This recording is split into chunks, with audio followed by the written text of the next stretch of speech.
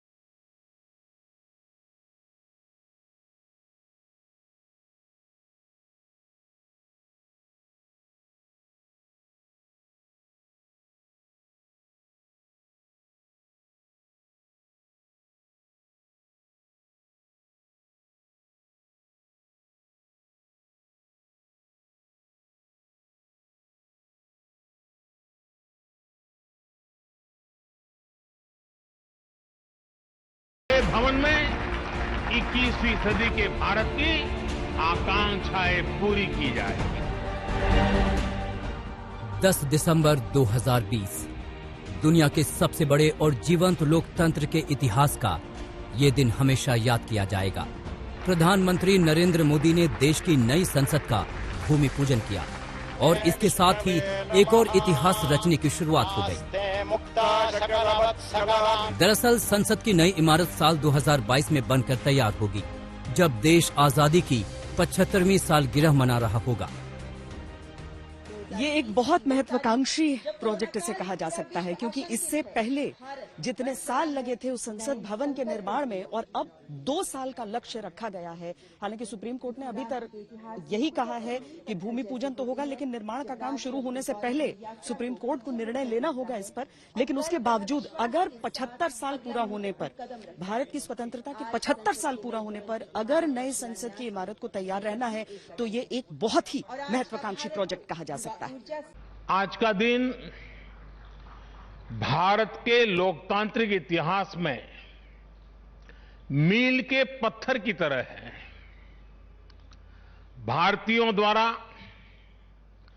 भारतीयता के विचार से ओतप्रोत भारत के संसद भवन के निर्माण का शुभारंभ हमारी लोकतांत्रिक परंपराओं के सबसे अहम पड़ाव में से एक है।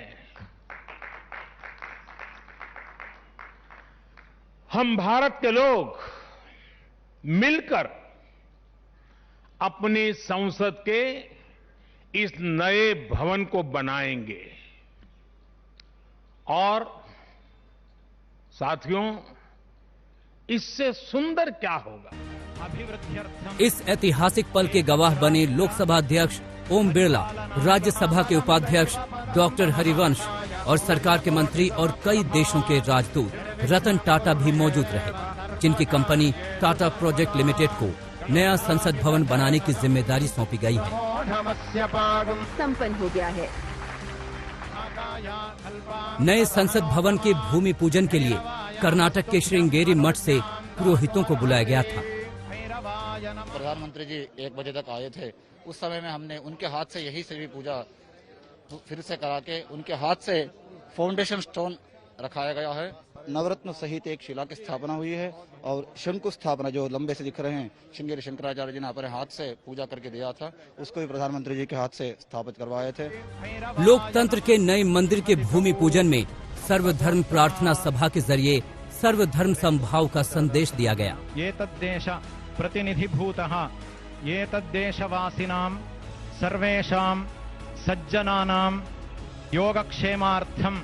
सर्वधर्म समभाव भारत की संस्कृति है और यहाँ पर जब नए संसद भवन का शिलान्यास किया गया है तो सभी धर्मगुरु जो हैं वो यहाँ पर आकर अपना अपना आशीर्वाद उन्होंने इस संसद भवन को दिया ताकि यहाँ से जो नीतियां निकलें वो समूचे देश का कल्याण करें और समूची दुनिया में मिसाल बने।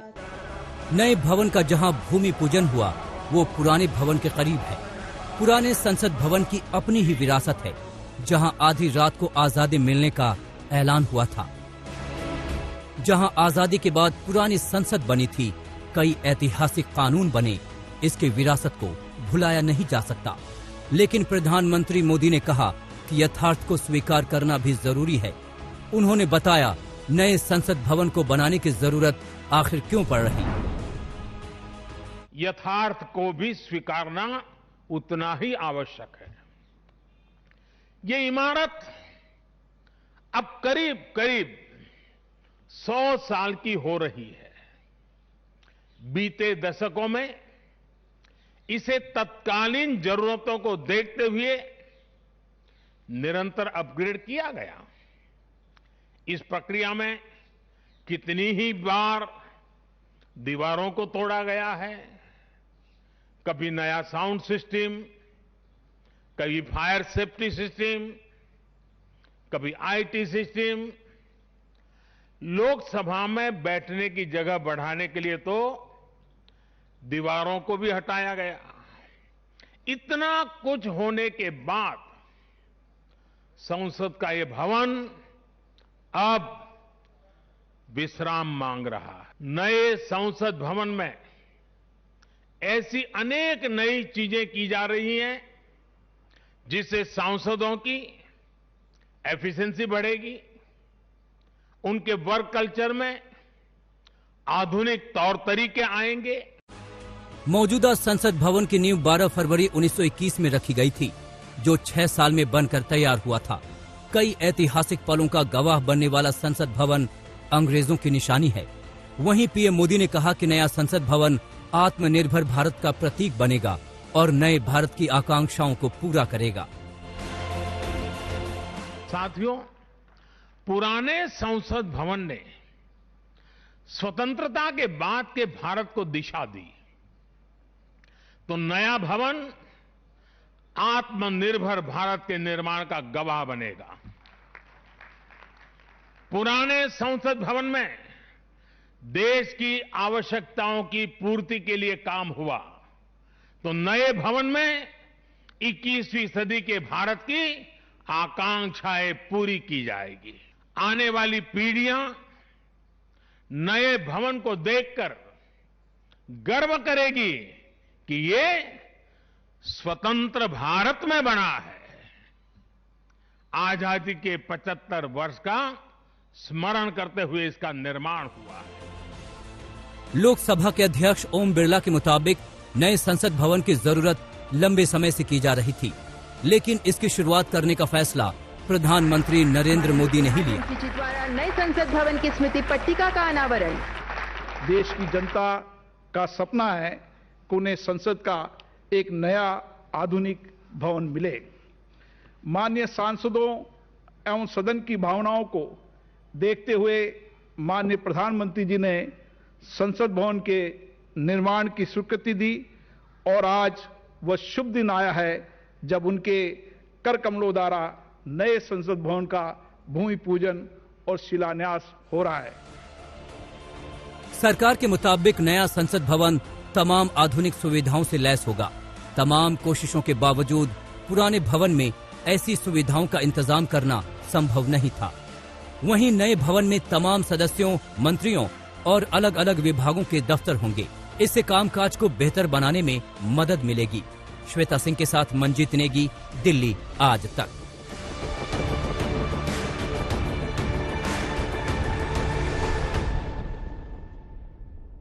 जो नया संसद भवन है ये केवल संकेतों में नहीं रहेगा, केवल आज के भारत का प्रतीक नहीं बल्कि आधुनिकीकरण की एक ऐसी तस्वीर यहां पर रहेगी कि जो भी सांसद यहां पर हैं, जो मंत्री यहां पर हैं, उनके लिए जो कार्य कुशलता है वो कई गुना ज्यादा बढ़ जाएगी। जो लोकसभा हो चाहे राज्यसभा हो, उनमें जो बैठने की क्षमता है वो कहीं अधिक बढ़ाई जा रही है, क्योंकि कोरोना के इस साल ने ये दिखाया है कि स्पेस की आवश्यकता कितनी होती है और उस सामाजिक दूरी की आवश्यकता कितनी होती है। लेकिन सारी दूरियां खत्म नहीं होंगी। जो आम लोग हैं वो अपने क्षेत्र के सांसदों से यहां भी आकर मुलाकात कर पाएंगे।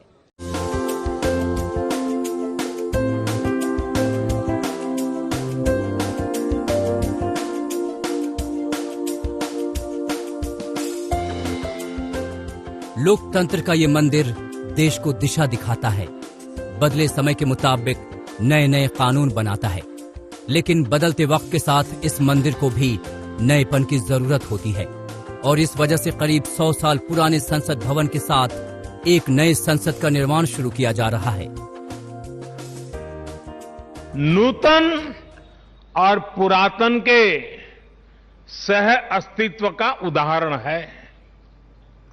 ये समय और जरूरतों के अनुरूप खुद में परिवर्तन लाने का प्रयास है। मैं अपने जीवन में वो क्षण कभी नहीं भूल सकता जब 2014 में पहली बार एक सांसद के तौर पर मुझे संसद भवन में आने का अवसर मिला था।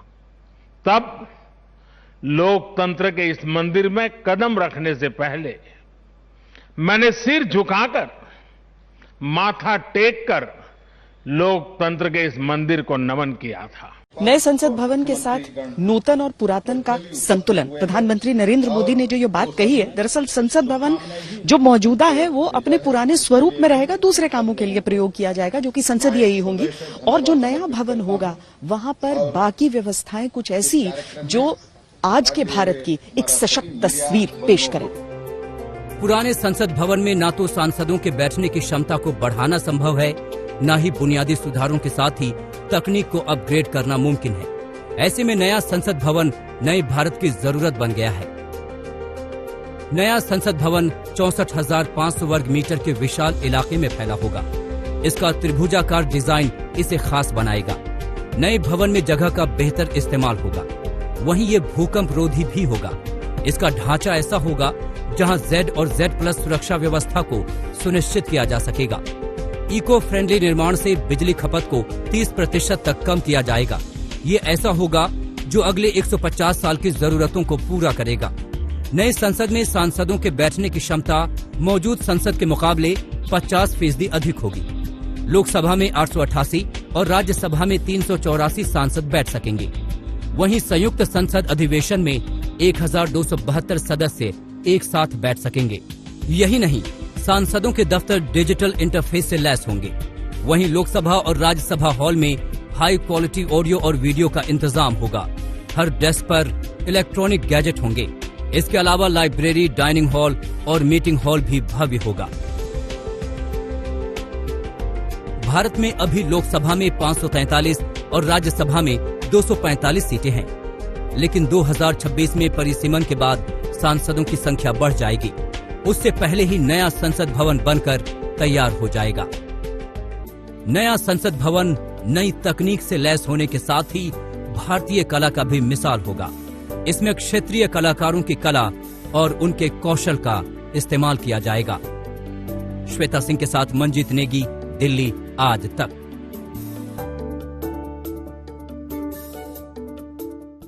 ये भवन केवल एक इमारत नहीं, एक ढांचा नहीं, ये बहुत सारी प्रतीकों के बीच खड़ा एक ऐसा भवन है जो भारत के भविष्य को परिभाषित करेगा।